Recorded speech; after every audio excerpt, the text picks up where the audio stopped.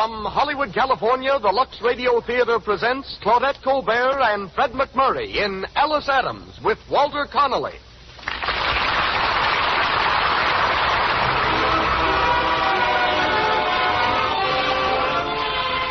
Lux presents Hollywood. Welcome, ladies and gentlemen, to the first of the 1938 programs in your Lux Radio Theater. I say your Lux Radio Theater because it is your loyalty to our products, to Lux Toilet Soap and Lux Flakes, that makes these productions possible. We want you to know that we sincerely appreciate your enthusiastic support. Tonight, we bring you Claudette Colbert, Fred McMurray, Walter Connolly, Ann Shoemaker, and Benny Baker in Alice Adams. We also bring you, as special guest, George Harrell, most famous photographer of Hollywood stars. Our music is directed by Louis Silvers. And now, here's our producer, Hollywood's internationally known director. Ladies and gentlemen, Mr. Cecil B. DeMille.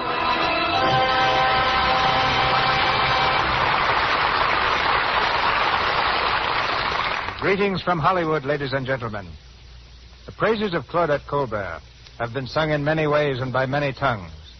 But for sheer enthusiasm, nothing I've seen or heard approaches the verbal acrobatics of a foreign critic, printed in a newspaper in Manchuria. The article reached me last week. It's a review written in English of Cleopatra, the last film in which I directed Miss Colbert, and the temptation to read a portion of it is more than I can resist. Our Oriental commentator writes as follows, quote, "All that Cleopatra possesses is lavishness not only, but also it contains some fine acting, especially in part of grammarous, flagrant, and competent Claudette Colbert, who makes the role as Cleopatra every inch an ell. Eyeing from artistic points, this is just to get the passing mark to boots. There is no space to hear repetition in these columns that the content of Cleopatra is too popular to insist it. You, the fans, certainly be struck all of a bump if you see the DeMille for sets of several thrilling scenes and of dancing by the Egyptian girls who swing and swirl, revolving through grand marble halls and on the sumptuous barge to the swish of gully slaves." Unquote. Tonight, Claudette Colbert comes to you without the swish of gully slaves. But I'm certain that her performance in the title role of Alice Adams will, to borrow a phrase, strike you all of a bump, whatever that may mean. We hear Fred McMurray in the role of Arthur Russell, which he played in the screen version. A couple of weeks ago, Fred made the first personal appearance in his motion picture career. It occurred in San Francisco in connection with the opening of his new picture, True Confession. It was a triumphant event, quite a contrast to Fred's last appearance 8 years ago in that same theater. Then, as a member of the California Collegians, his performance consisted of impersonating a seal in a vaudeville act. Today, the man who barked for a fish ranks among Paramount's most popular stars. As Virgil Adams, we are proud to present Mr. Walter Connolly, long distinguished on the legitimate stage as well as in films. His presence here is all the more interesting in that Mr. Connolly is the first prominent performer to have been cast in that much-talked-of film, Gone with the Wind. Also from the original cast of Alice Adams is Ann Shoemaker, resuming the part of Mrs. Adams, while Benny Baker of Paramount Studios plays Walter. Our play is taken from the RKO film, based on the Pulitzer Prize novel by one of America's most beloved authors, Booth Tarkington. RKO Studios will shortly release what promises to be one of the outstanding pictures of the new year, Bringing Up Baby, starring Katharine Hepburn and Cary Grant. And now, the Lux Radio Theater opens its season for 1938, presenting Claudette Colbert and Fred McMurray in Alice Adams with Walter Connolly.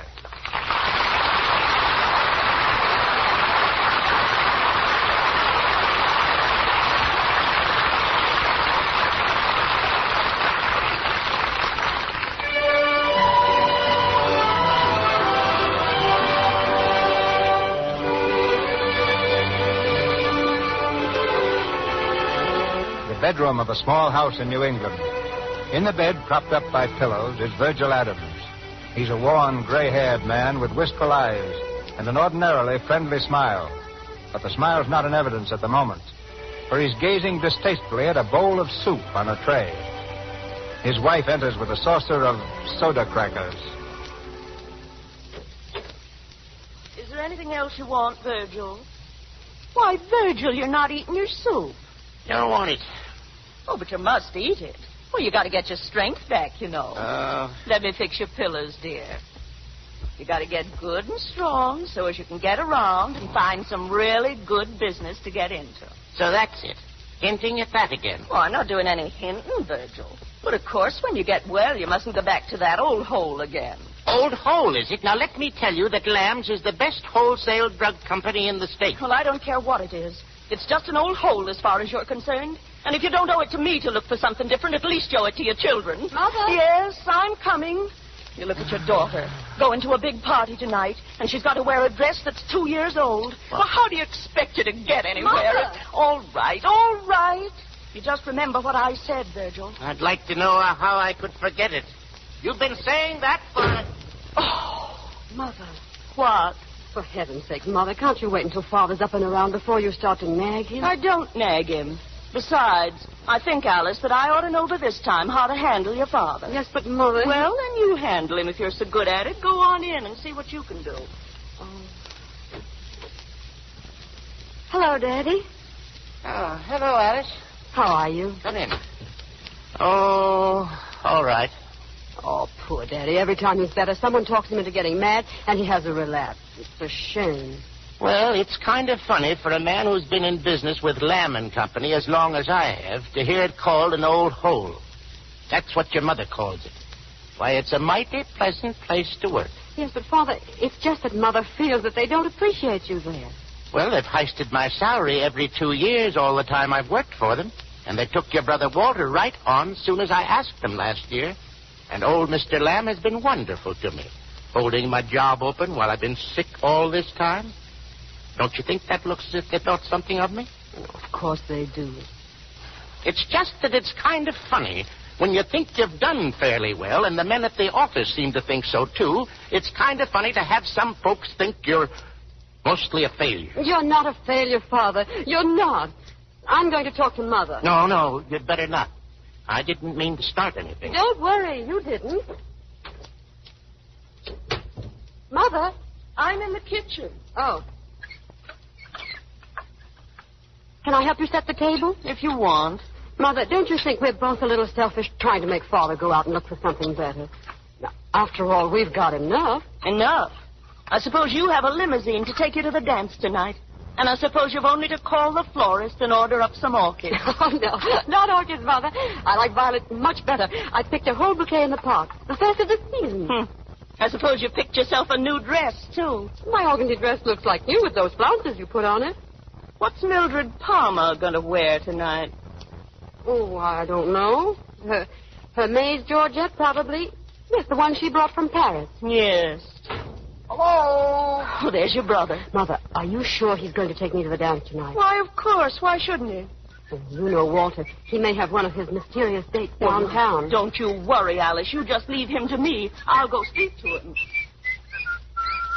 Hello, Walter. Hello, isn't supper ready? Now, Walter, there's no hurry. Yes, for me, I got a date. Well, I'm so glad you remembered Mildred Palmer's dance, dear. What? I've laid out your clothes for you. Listen, I told you a week ago I wasn't going to that old dance. But, Walter... Don't Walter me. I'm no society snake. I'm just as liable to go to that Palmer dance as I am to eat a couple of barrels of broken glass. Oh, but, Walter, you've Let got Alice get somebody else to take her.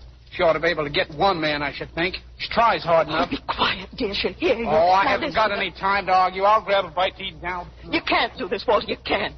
Now, it's more than I can bear to see her disappointed when she's planned it for days.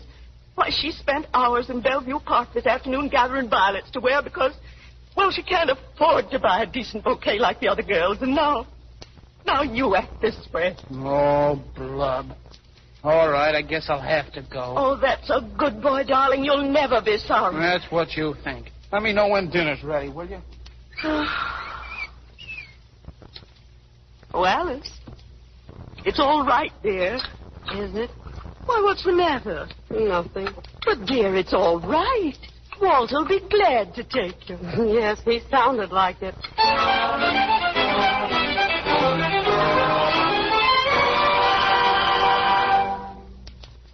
Hey, you want to go go to that dancer, don't you? Coming. Well, come on. What are you doing up there? Admiring yourself in the mirror? Just a minute. What did you say, Mr. Jones? Oh, well, just 2 dances. That's all you may have, and that's all for you, too, Mr. Roberts. What? Oh, you naughty boys. Why don't you dance with the other girls? Oh, you naughty, naughty boy. Walter. Why didn't you get one of those make-believe guys you're always talking to take you tonight instead of dragging me? Now, you know you just love to escort your little sister. How do I look? Just about the same. Come on, let's...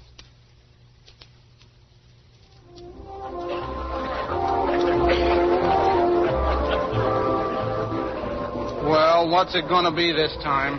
What do you mean? Well, do we dance again, sit it out again, or walk around the garden again? I'm sorry if you're not enjoying it, Walter. Well, I'll bet you are. Of course I am. Don't give me that. If I wasn't here, you'd be pasted right over there against the wall. The only one who said a word to you all night was the doorman. Walter, please. Oh, Walter, you say the funniest thing. Oh, cut it out. Nobody's watching you. Look, there's Mildred Palmer. So I said, well, if you must dance, try to step on your own feet. Hello, Mildred. Oh, hello. I just love your party, Mildred. Thank you. Well, anyway, when he came back, there was no use trying to... Boy, she was certainly glad to see you here. I guess she was busy. Yeah. Look, I want to grab a smoke. Can't you flag one of those other guys to take you on for the next? You can't leave me yet, Walter. You just can't. Well, I can't stand here either. My feet are sprouting roots. See you later. Walter! Walter! Oh, please, Walter. Good evening, Alice.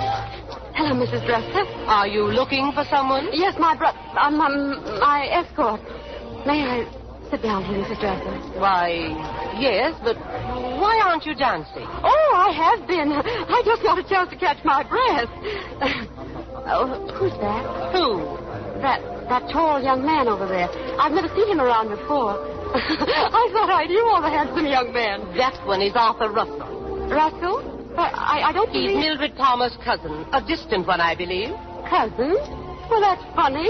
Mildred's my intimate friend, and she never even mentioned him. That is funny, because they're engaged to be married. Oh. Or almost engaged, anyway. Oh. Oh, Alice. Alice. Yes, Mildred. Come along, Arthur. Alice, this is Mr. Russell. He wants to ask you for this dance. What? Oh, I mean... Are you interested? Why, yes. Oh, yes, I believe I am. Excuse us, please. You're not a very talkative young lady, are you? Usually, yes. And then why not now? Oh, when anyone dances as well as you do, conversation is scarcely necessary, is it? That depends on who's talking. Oh, now, really, Mr. Russell, you can't mean me.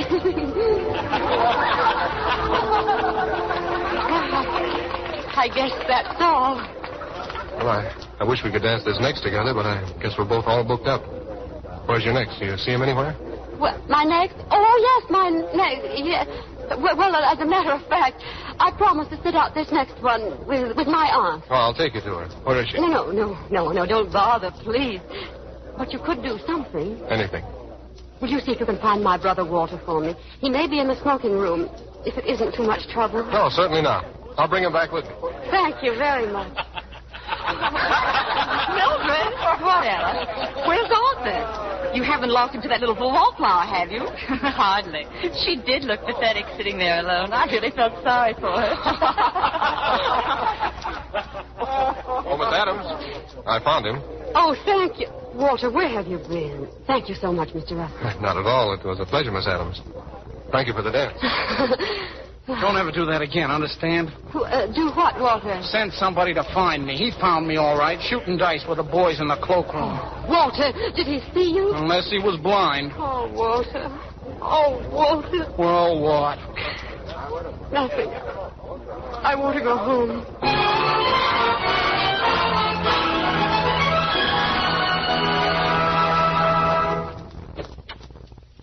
Good morning, Father. Father. Huh? Oh, hello, Alice. What were you thinking about? Oh, just planning. Planning what to do when I'm able to go to work again. Well, what are you talking about? You're going back to your old place at Lamb's, of course. I heard you crying last night after the party. Oh, that was nothing. Just nerves, Daddy. Never mind, Alice. I know what was the matter. The only matter was I had a silly fit. It did me good, too. How's that? Because I've decided to do something about it. I guess it's my place to do something about it. Your mother's right, Alice. You ought to have as much as any of these girls you go with. Oh, darling, yes. But what I've been thinking, I ought to be something besides just a kind of nobody. I ought to... What, darling? Well, there's one thing I'd like to do. I'm sure I could do it, too. What's that? I want to go on the stage. I know I could act. What's the matter? Well, I was just reminded of your Aunt Flora and your mother when they were young. They always used to spat about which one would make the best actresses. Sometimes I had to go out in the hall to laugh. Oh, really? But then I expect 90% of the women are sure they'd make mighty fine actresses if they ever got the chance. Yes. Yes, I suppose so. Why, what's the matter, Alice? Oh, nothing. Nothing. I've got to go downtown now. Now, you just stop worrying, darling. You're going back to Lamb's, and everything's going to be all right. You'll see. I hope so. I sure hope so.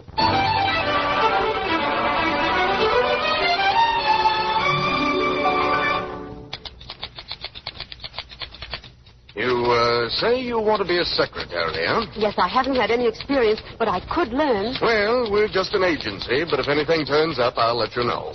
Oh, thank you.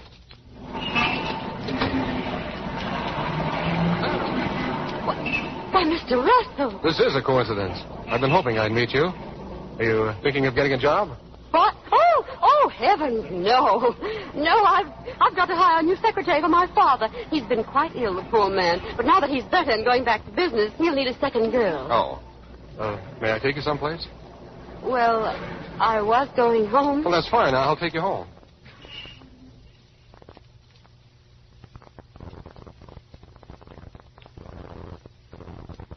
You know, I've been thinking about you ever since Mildred's dance. Goodness, I think I know what you've been thinking. Are you a mind reader? You've been thinking that I'm the sister of a professional gambler, I'm afraid. Then your brother told you, huh? Very original, I thought, his amusing himself with the cloakroom attendants. Yes, that's it. Walter is original. He's a very odd boy. I was afraid you'd misunderstand. He tells wonderful darky stories, and he'll do anything to get them to talk to him. We think he'll probably write about them someday. He's rather literary. Are you?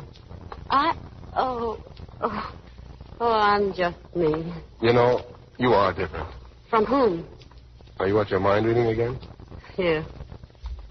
You know, I thought you were this sort of girl the very first moment I saw you. What sort of girl?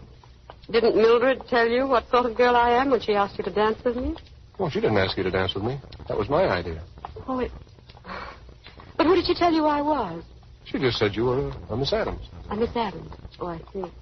Well, it certainly is unfortunate that I am so different from Mildred. Why unfortunate? Because she's perfect. Why, she's perfectly perfect. Oh, yes, we all fairly adore her. She's like some big, noble, cold statue, way above the rest of us. And she hardly ever does anything mean or treacherous. Yet of all the girls I know, I believe she's played the fewest really petty tricks. You say Mildred's perfect, but that she does do some petty tricks? Oh, man, that's so funny. Of course, girls all do mean things sometimes. My own career's just one long brazen smirch of them. Not really. What, for instance? Oh, the very worst kind. Most people bore me, particularly the men in this town, and I show it. It made me a terribly unpopular character. For instance, at the average party, I'd a lot rather find a clever old woman and talk to her than dance with 9/10 of these nonentities. No, but you dance as if you liked it. Well, you dance better than any other girl at the party. Oh, thank you, Mr. Russell. Well, I ought to dance well when I think of my dancing teachers. All sorts of fancy instructors. I suppose that's what daughters have fathers for, though, isn't it? To throw money away on them. Did you take it up seriously? No, I've never had that particular mania. Oh, but you ought to have seen me when I had stage fever. You know, every girl has a time in her life she's positive she's divinely talented as an actress. Yes, I used to play Juliet all alone in my room. Daddy used to make such fun of me. Oh, thank heaven I was only 15. I was all over it by the next year. Well, here's our house. Oh. It's a queer little place, isn't it? But my father's so attached to it, the family have about given up hope of getting him to build a real house farther out. He doesn't mind our being extravagant about anything else, but He won't let us alter one single thing about his precious little old house. Adieu. Couldn't I come in for a little while? Oh, no, not now. You can come. When? Almost any time. You can come in the evening if you like. Soon? As soon as you like. Thank you. I'll make it very soon. Goodbye. Goodbye.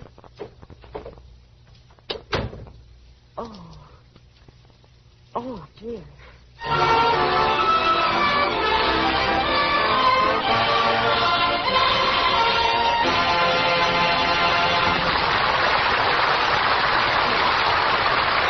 a moment, we will go on with the second act of Alice Adams, starring Claudette Colbert and Fred McMurray with Walter Connolly.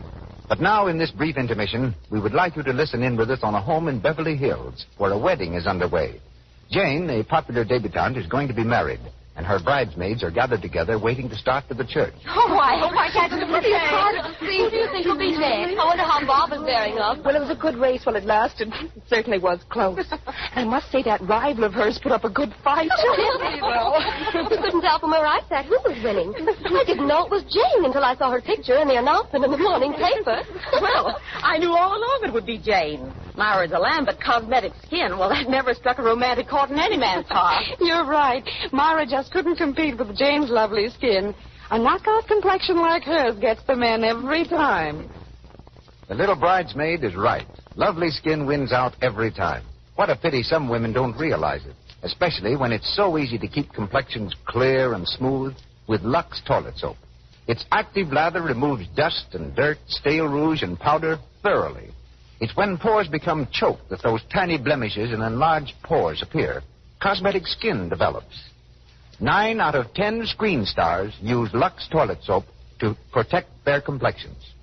And now, Mr. DeMille sets the scene for the next act of our play.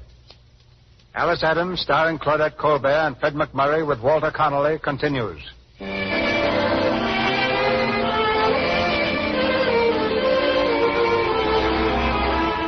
3 weeks have gone by. To Alice's amazement, Arthur Russell has paid her several visits. And basking in the sun of his attention, the little wallflower is beginning to blossom. He's expected again this evening.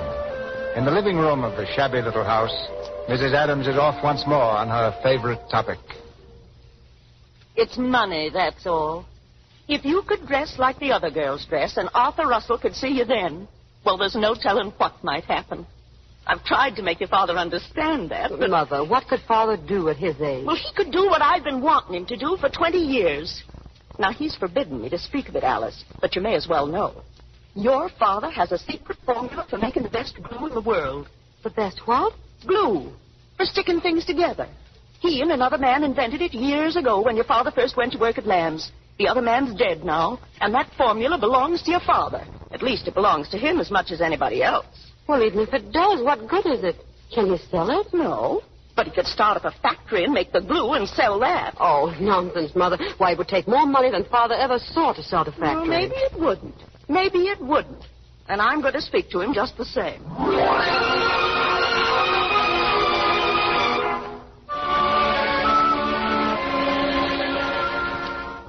I'm not asking anything of you that you can't do. Now, just a minute. What are you driving at? You know what I'm driving at. That glue formula. So that's it. Dang, dang, dang. You wouldn't care if your child dried up into a miserable old maid. Why, she's still young. She has a chance for happiness. If only she had a father who had gumption enough to be a man. Be a dirty dog, you mean? That glue formula belongs to you as much as it does to anybody. It belongs to J.A. Lamb. He paid us all the time we were working on it. It'd be like stealing, and you know it. And what's he stolen from you? 20 years ago, he promised to do something with that formula. To take you into partnership with him, and has he done it? Has he? You've broken your word never to speak to that of me again. Oh, what do I care for my word? Do you suppose I'll let my word keep me from struggling for a little happiness for my children? Well, I'll struggle for that till I die. Your daughter's sitting out there on the porch right now with a young man who's just asked her to go to Henrietta's party with him. How do you know? I heard him. And you know what she said? She said no, because she had to stay close to home because you were sick.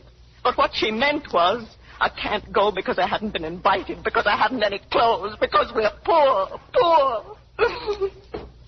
Mother, Daddy, for heaven's sake, what's the matter? Alice, can you get her out of here? Oh, Daddy, please. Mother... Wait. Alice, come here. She says you have a mean life. Is that right?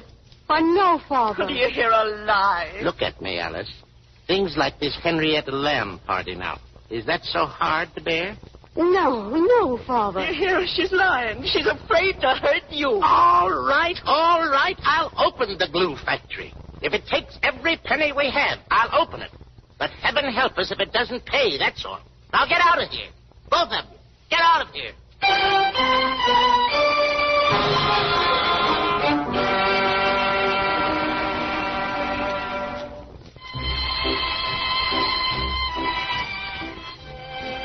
Shall we sit this one out, Alice? Oh, yes, please. Oh, it was so nice of you to bring me here. I think public dances are so much more interesting than those stodgy private affairs, don't you? Of course they are. What are you thinking of? I don't know. I think I was being sort of sadly happy just then. Sadly happy? Don't you know? Only children can be just happily happy. I think when we get older, our happiest moments are like this one. It's like that music. Oh, so sweet, but so sad. But what makes it sad for you? I don't know. Perhaps the kind of useless foreboding I seem to have pretty often. I'm afraid I'll miss these summer evenings with you when they're over. Do they have to be over? Oh, everything's over sometime, isn't it? Why should they be? Oh, good heavens. There's a laconic eloquence. Almost a proposal in a single word. What? Well, I didn't, Oh, never mind. I shan't hold you to it. No, something will interfere. Somebody will, I mean. People talk about one another fearfully in this town. Oh, no. And they don't stop at the truth. They make up things. Yes, they really do. Well, what difference does it all make? It's just that I'd rather they didn't make up things about me to you. I'd know they weren't true. Oh, but you must be careful not to mix up the girl you might hear somebody talking about with the me I honestly try to make you see. If you do, all this will be spoiled. It's so easy to spoil anything that's pleasant. We won't let that happen. Wouldn't it be pleasant if two people could just keep themselves to themselves? I mean, if they could manage to be friends without people talking about them. Well, we've done pretty well about that so far. And if you want our summer evenings to be over, you'll have to drive me away yourself. Nobody else could? No. Well, I won't. Oh, Alice. Oh, you kissed me. I couldn't help it. Did you mind? Oh, no. Well, well, no.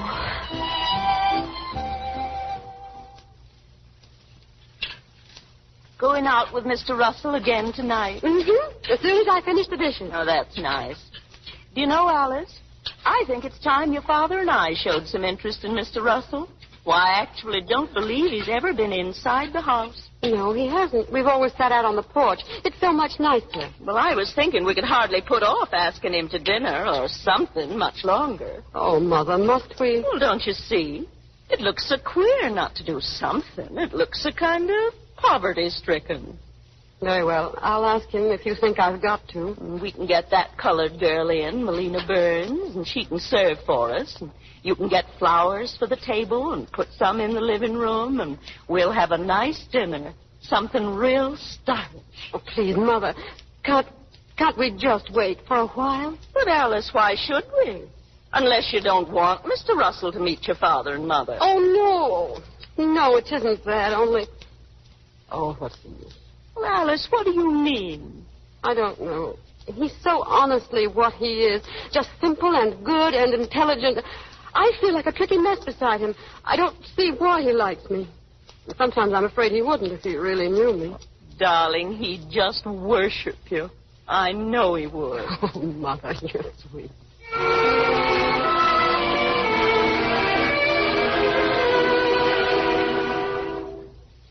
Well, sit down, Arthur. You're certainly a stranger around here these days. I'm sorry, Mildred. I've been pretty busy. You'll stay for dinner, Arthur? Well, I'd like to, Aunt Madge, but I have a dinner engagement already. Oh, I see. Oh, what's the difference? Look, Arthur, I've just been making up a list of guests for my garden party. I wonder if I ought to invite Alice Adams. Huh? Well, you remember her. You danced with her. Here. Oh, Oh, yes. A rather too conspicuous young woman, the Adams girl. I wonder if what they're saying about her father is true. I imagine it must be. What is it? Oh, nothing much. Just that I heard that this Virgil Adams had stolen some kind of glue formula from Mr. Lamb. Stolen it? Yes. It's quite upset Mr. Lamb, too. Mr. Adams has been his clerk for over 25 years. And Mr. Lamb has been carrying him and his son Walter along, even though they've been dead weight to the firm. And then, to show his gratitude, Mr. Adams walked off with the glue formula. Oh, well, I suppose you have to expect those things from people like the Adams. I don't think I'll ask her, Mother. I wouldn't if I were you. A pushing sort of girl, a very pushing little person. Oh, but I'm afraid all this is rather boring to Arthur. What? Oh, I beg your pardon. I was just thinking about something.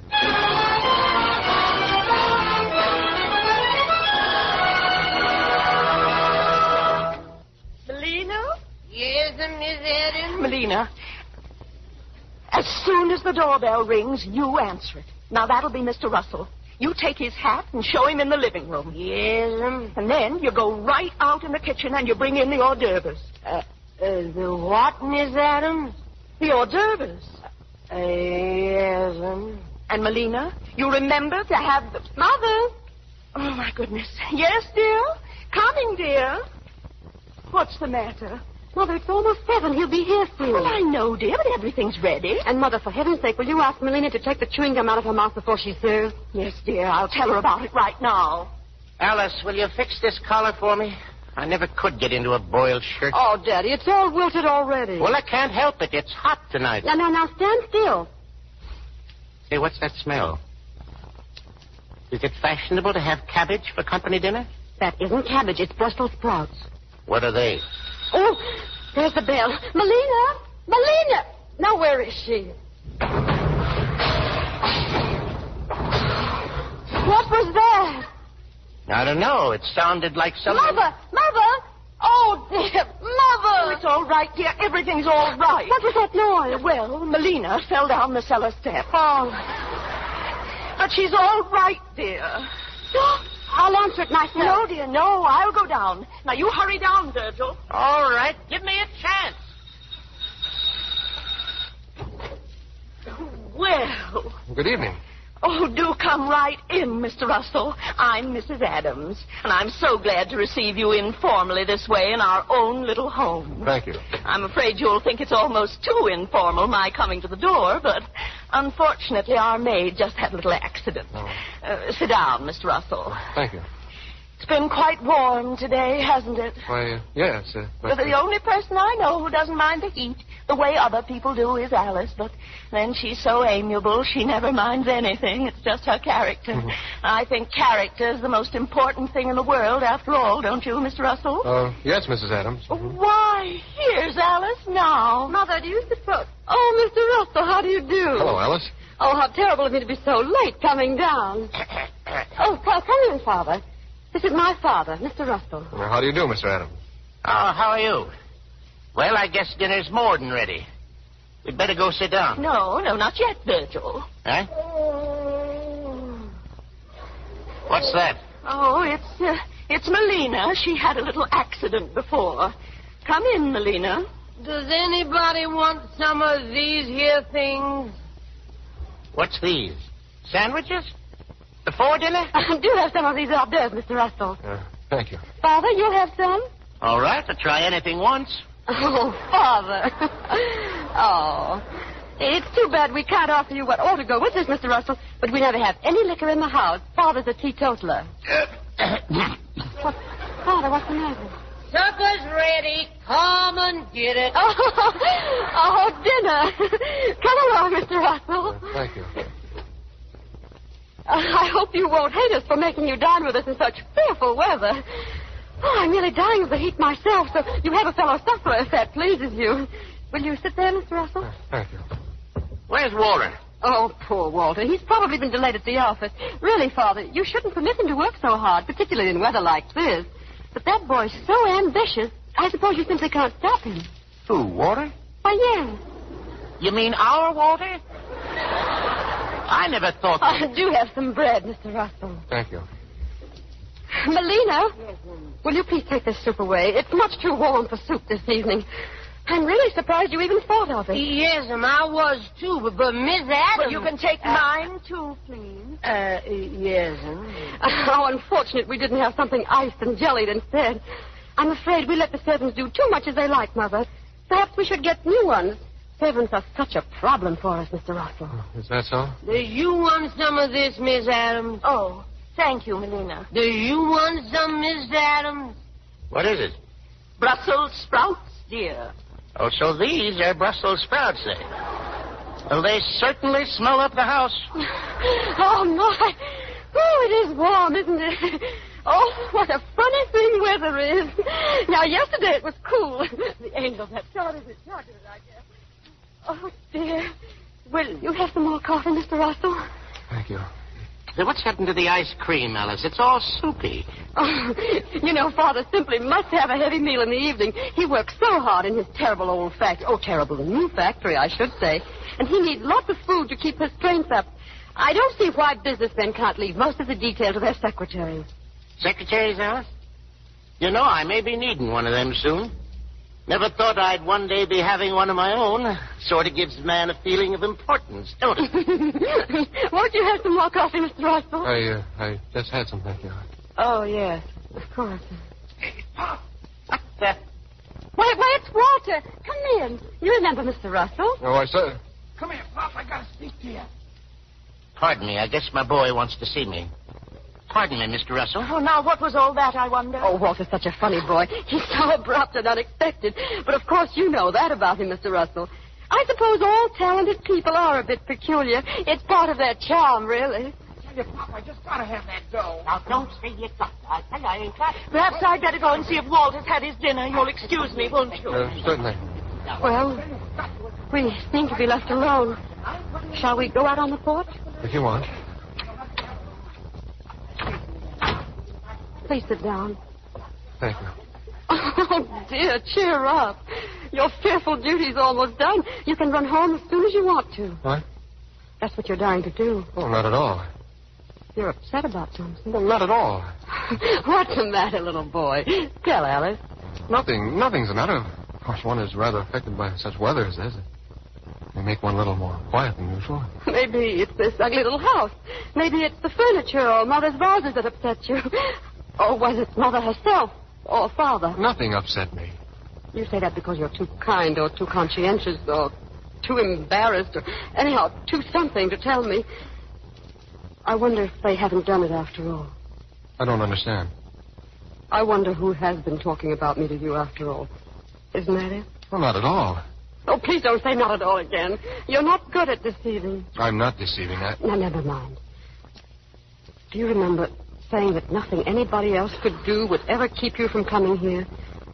That if you left me, it would be because I drove you away myself. Yes, it was true. But I haven't driven you away. You've gone.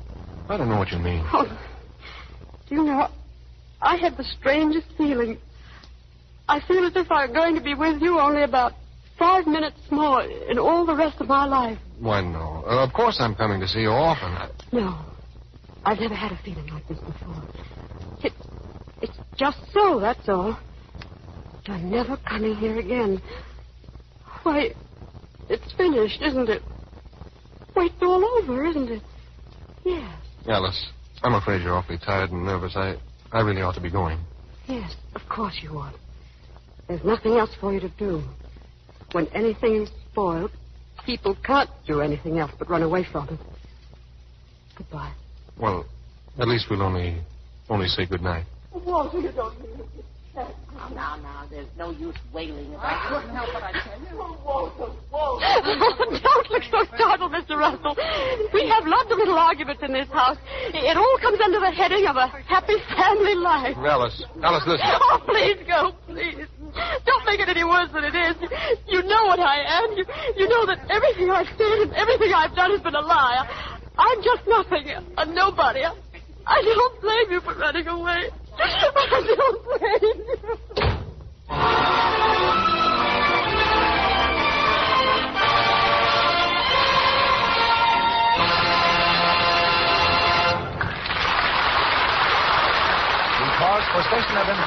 This is the Columbia Broadcasting System.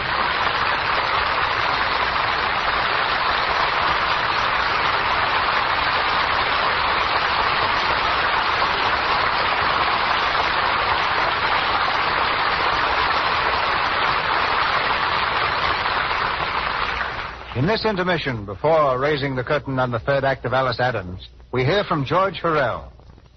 Every picture studio has its own staff of portrait photographers. But when they want really exceptional portraits, they call in Hurrell. They've come to him in the past few weeks alone from MGM, Paramount, Warner Brothers, 20th Century Fox, and Selznick International. In Hollywood, they say that Hurrell is to a portrait camera what Rembrandt was to paint and canvas. Suppose, Mr. Hurrell, someone like the Alice Adams of our play walks into your studio for a sitting. A girl who's a wallflower. What can you do to help such a girl? Well, Mr. DeMille, let's forget the camera for a moment and get into a little elementary psychology. The difference between a wallflower and a girl who's always surrounded by admirers is a matter of personality. One is neutral, uninteresting. The other is vibrant, attractive. That's not news to anyone. But what may be news is the fact that a good photograph can take the wallflower type of girl and definitely bring out what she herself has failed to discover. It can make that neutral personality glamorous, alluring, beautiful. Very nice words, George, but exactly how is this done?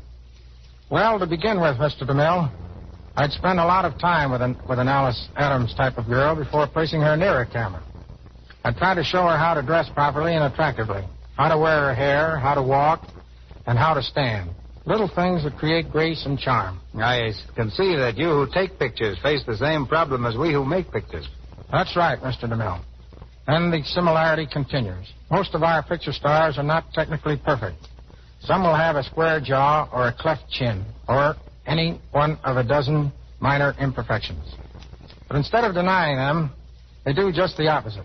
Through proper makeup, clothes, and hairdress, they turn those little flaws into definite assets that spell individuality. In such a group, I'd place your own new star, Francesca Gall, Katharine Hepburn, Betty Davis, Marion Hopkins, and they are only a few. It's character, you see, that makes both a good portrait and a movie star. Character is intangible, but through the skillful use of three things available to every photographer, you can definitely make every portrait an interesting and compelling character study. Those three things are careful lighting, composition, and emphasis on skin texture. Skin that is properly photographed gives a lifelike effect that nothing else can duplicate. So you see, complexion is part of my business. I've asked many questions about it, and I can safely say that Lux soap is by far the favorite method used by Hollywood stars to keep their complexions in perfect condition. And I can recommend it to our listeners because I've had close contact with its splendid results during the 10 years I've been in Hollywood. Well, we're grateful for your advice, George, but after all, you must have certain little tricks all your own that make your pictures so outstanding. Why don't you break down and tell us a couple of Hurrell camera secrets? Well, a photographer must learn exactly when to snap the button that takes the picture. He shouldn't be afraid to spend hours in experiment, and on the other hand, if he gets what he wants quickly, he should have enough confidence in himself to stop. I once took 72 pictures of Wallace Beery in 45 minutes. I've also found that music can be very helpful in establishing mood, again proving the importance of psychology. I have a phonograph playing all the time during sitting and during the time I'm taking a portrait. The music will range from hot jazz to a Beethoven symphony, whatever happens to best fit the individual and bring out a quality that otherwise might not register. Then I'll do some really crazy things. I'll scream, whisper, kick a chair over, dance, fall on my face, almost anything to make the face of my subject come across with the exact expression I want. But I never let go of the bulb that snaps the picture. There's the method in my madness, and there you have it. If you don't mind making a fool of yourself, you're apt to get some pretty good results. Thank you. Thank you, George. Good night.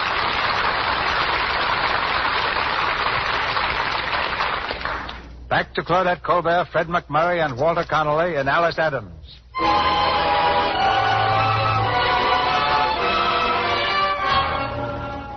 It's the same evening, just a few minutes later. Leaving Arthur on the porch, Alice ran back into the house, to the living room, where the family argument is still raging. Oh, Walter, how could you do it? Well, I asked Dad for the money last week, but he wouldn't give it to me. Give it to you? Where was I going to get it? Father, Mother, what's the matter? What's happened? Walter's short in his accounts down at Lamb's. He took $150. $150? Why? What for? Well, a friend of mine, he got in a jam, and he said he'd pay me back before the end of the month, but he didn't, and the auditor's already started on the books down at the office. Oh, Walter, you can't go to jail. You can't. Wait, Mother, don't be so upset. Perhaps Mr. Lamb won't prosecute. Him not prosecute? Why, that's just what he's been waiting for all the time. He thinks I cheated him. He was just letting Walter walk right into a trap. But if you raised the money and paid it back... Oh, I'll pay him back all right. Every cent. Every last penny. I can raise it. I'll put a loan on my factory. Well, I'm sorry, Dad. Don't you talk to me, you little idiot. Oh, don't, Virgil. Poor Virgil. Poor Walter. And to have this come on the night of your sister's dinner. Oh, poor Alice. Don't say poor Alice. I'm all right. Oh, no, Mother, hush. Please don't, dear. The police. What? Quiet. Shh. I'll answer it. Now, you stay right here, all of you. No matter what it is. I'll take care of this myself. Who is it? This is J.A. Lamb. Mr. Lamb?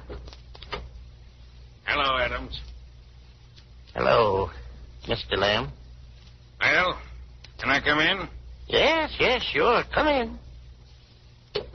I want to talk to you. Yes, me too. Sit down. I'll stand, thank you. I wouldn't even have set foot in this house except that I wanted to tell you to your face just how I felt. A fine family you turned out to be after all these years. I'll pay you back every cent Walter took, Mr. Lamb, just as soon as I can get the money. I was just going down now to try and raise a loan on my glue works. Your glue works? Huh. I always thought you had to show people some business prospects to raise a loan. Naturally. Well, you may find that just a little difficult, especially now that I'm starting a glue works of my own. What's that? Yes, indeed.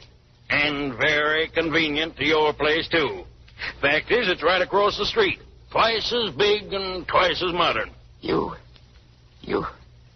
ruined me. Well, what did you expect me to do, Virgil Adams? Let you walk off with that formula like swallowing a pat of butter? Oh, I know what you thought. You said to yourself, here's this old fool, J.A. Lamb. He's in his second childhood, and I can put this thing over on him. I did not. I worked years on that formula. It was just as much mine as yours. What's that? And anyway, a lot you know about my feelings and what I said to myself. But there's one thing I want to say to you right now. I don't feel mean anymore about what I've done. Because there's a meaner man in the world than I am. And that man is you, Mr. Lamb. You've spiked my business, all right. Now I can't even raise the money to keep my son out of the penitentiary. That's what you wanted, wasn't it? Are you accusing me of... Look at me. I worked all my life for you, and what I did when I quit didn't make 2 cents worth of difference in your life. And it looks like it'd mean all the difference in the world to my family. You think I did you a bad turn, and now you got me ruined for it, and my family ruined. And if anybody had told me last year that I'd have said such a thing, I'd have called him a danged liar. But I do say it, Mr. Lamb. I do say it. You're a doggone mean man. Father, stop, please. You'll be sick again. No, I won't. I got to tell him what I think. No, Father, please, go upstairs, darling. Go on. No, let me go. It's all right. He's got me ruined, and all of us ruined. If it serves you right. He's a doggone mean man. Now, look here, you... Mr. Lamb, please. Please, just a moment. I don't want you to leave thinking too badly of Father. He couldn't have meant what he said just now. He's so overwrought that he just lost his head. Overwrought? Well, I shouldn't wonder, that danged old fool. Yes, I guess he is. An old fool. What's that? For listening to us. Mother and me. Oh, it's all my fault. This whole terrible mess. All my fault. Now, look here, young woman. I guess maybe you're a bit overwrought yourself. No, I'm not. I'm all right. I'm just talking the truth for once. What are you talking about? You see, Mr. Lamb, Mother was always after Father and after him to make more money for me so that I could have lovely things like other girls. Well, like your granddaughter Henrietta, Mr. Lamb. I guess parents will make any sacrifice to see their children happy. And when Father saw how unhappy I was, he did what he did. Oh, he always wanted to go back to work for you. I guess he almost worshipped you, Mr. Lamb. And if he had... Mr. Lamb, Walter didn't steal that money. He just borrowed it. Oh, he did? Yes, to help a friend who was in trouble. Well, Mr. Lamb, if you'll give us just a little time, I'll get a job and pay you back what Walter owes you. Really, I will. I know I haven't had much experience, but I can do things. I was good at arithmetic and English in school. I won a prize in English once. And I'd make a good secretary for someone. I'm much more sensible about things now. And if you'll only give us a little time, will you, Mr. Lamb? Please. Alice, that father of yours, he did me an injustice tonight. I never meant to hurt nobody, and he knows it. Of course he does. But I guess maybe I've been in the wrong, too. I lost my head. Never knew that glue formula meant so much to him. I wouldn't hurt nobody, Alice, and I never even thought of prosecuting Walter. I know. Now, your father and I, we've been together for a long time. Well, maybe we can come to some sort of an arrangement about the glue works. Yes, maybe a sort of a partnership. Oh, Mr. Lamb. Well, can I see him now? Oh, yes, of course you can. And thank you so much.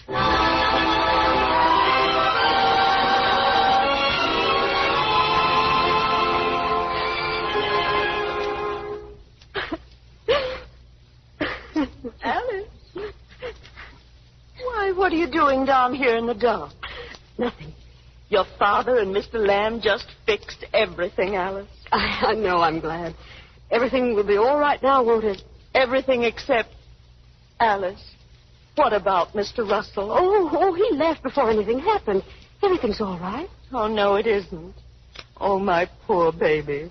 He's gone, isn't he? It doesn't matter. And that dinner?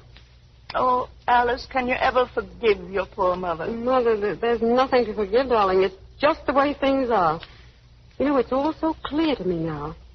You do thus and so, and you tell yourself, now, seeing me do thus and so, people will naturally think this and that. But in the end, they don't.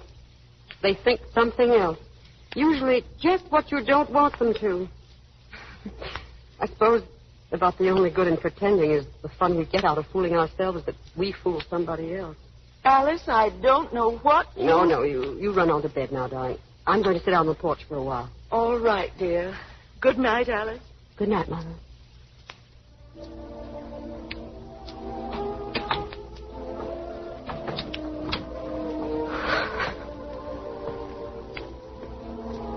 Any for your thoughts, Alice? Arthur, you came back? I didn't go. I've been out here all the time. Why? I was waiting for you. But I thought... Oh, then you were here Yes, I heard everything. And what's more... You heard? Arthur. Let me finish. I heard a great deal this afternoon, too, at Mildred's. So they did talk about me. Yes, and it's all opened my eyes to one thing. I love you, Alice. What? Didn't you hear me? I love you. You love me? You love me? Yes, darling. Oh, gee whiz.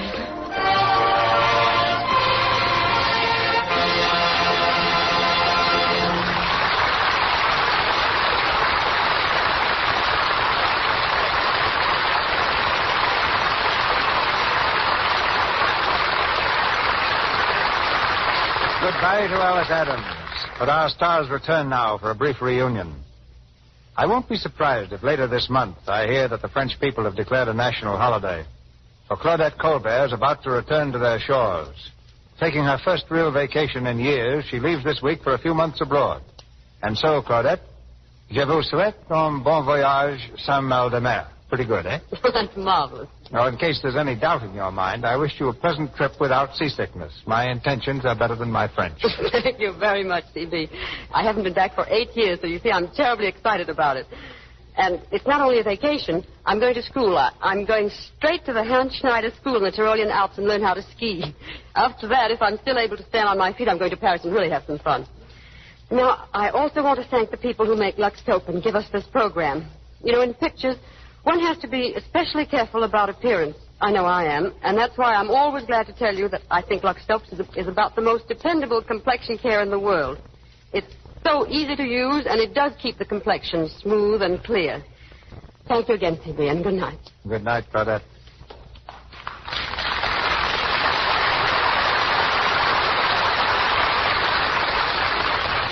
Among the questions most frequently asked about Hollywood is what do the stars do in their spare time?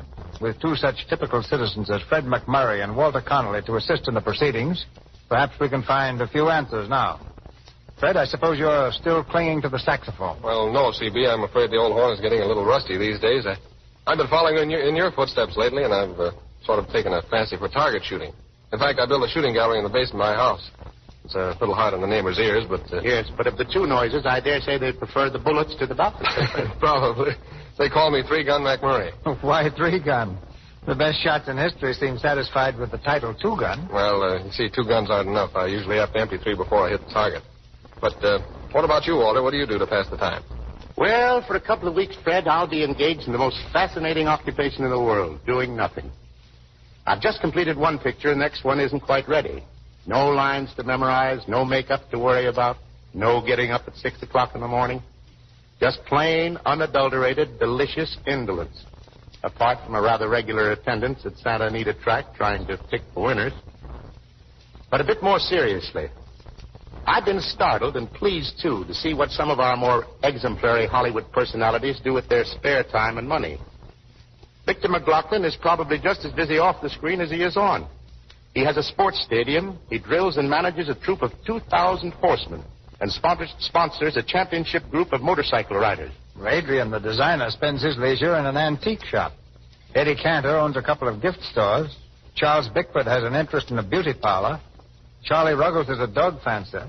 And Reginald Denny designs and markets model airplanes. And Fernand Garvey is probably one of the world's outstanding miniature fans. He likes French history and has made over 1,000 miniature hats copied from old patterns and has also molded some 15,000 toy soldiers, accurate replicas of old French regiments. And, of course, Adolphe Manjou is noted for his stamp collection, Anne Dvorak for her walnut grove, and Jean Hersholt for his first editions. Now, the tendency now is to divide their time between the racetrack and the soundtrack. With stars like Pat O'Brien, Bing Crosby, Barbara Stanwyck, and Joe E. Brown all teaching their horses to look well in a photo finish. Well, don't forget Walter, C.B. He's supporting a couple of bangtails himself, you know. And they're just about eating me out of hay and oats, too. But they'll both get a chance to prove how much they love me a little later this season when they start at Santa Anita. In the meantime, Fred, if you and Mr. DeMille happen to miss the target and shoot a bunny, don't forget I'm always in the market for a good rabbit's foot. Good night. Walter. Good night, C.B. Good night, Fred. Good night, Walter. Thank you, Miss Colbert, Mr. McMurray, and Mr. Connolly. Ladies and gentlemen, this is your announcer, Melville Ruick. Don't miss the announcement of next week's Stars and Play, which Mr. DeMille brings you in a moment. In tonight's cast were Winifred Harris as Mrs. Palmer, Lou Merrill as Mr. Lamb, Georgette Spelman as Mildred Palmer, Grace Kern as Ella, Verna Felton as Mrs. Dresser, and Frank Nelson as an employment agent. Miss Colbert will be seen next in the Paramount picture Bluebeard's Eighth Wife. Benny Baker's current film is Hold'em Navy. Walter Connolly appeared through courtesy of Columbia Pictures. His new film is Penitentiary. Louis Silvers is from 20th Century Fox, where he was in charge of music for Love and Hisses. And now, here's Mr. DeMille. One of the most magnificent singers in modern times comes to the Lux Radio Theater next Monday night. From the concert stage, in opera, on the radio, and in motion pictures, her voice has thrilled the world. The voice of Grace Moore. Your endless requests bring her back to this stage, this time in a grand comedy which met with great favor on stage and screen. Enter Madame. Our leading man will be Melvyn Douglas, seen in several of the year's best pictures, most recently in Grace Moore's new film, and as a special guest, Mr. Edward Arnold.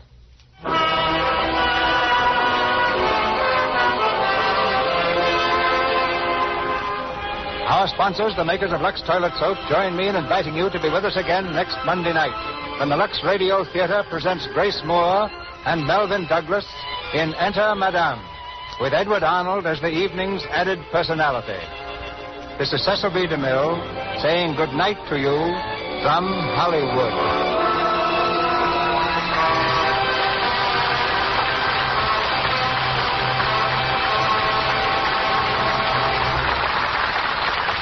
This is the Columbia Broadcasting System.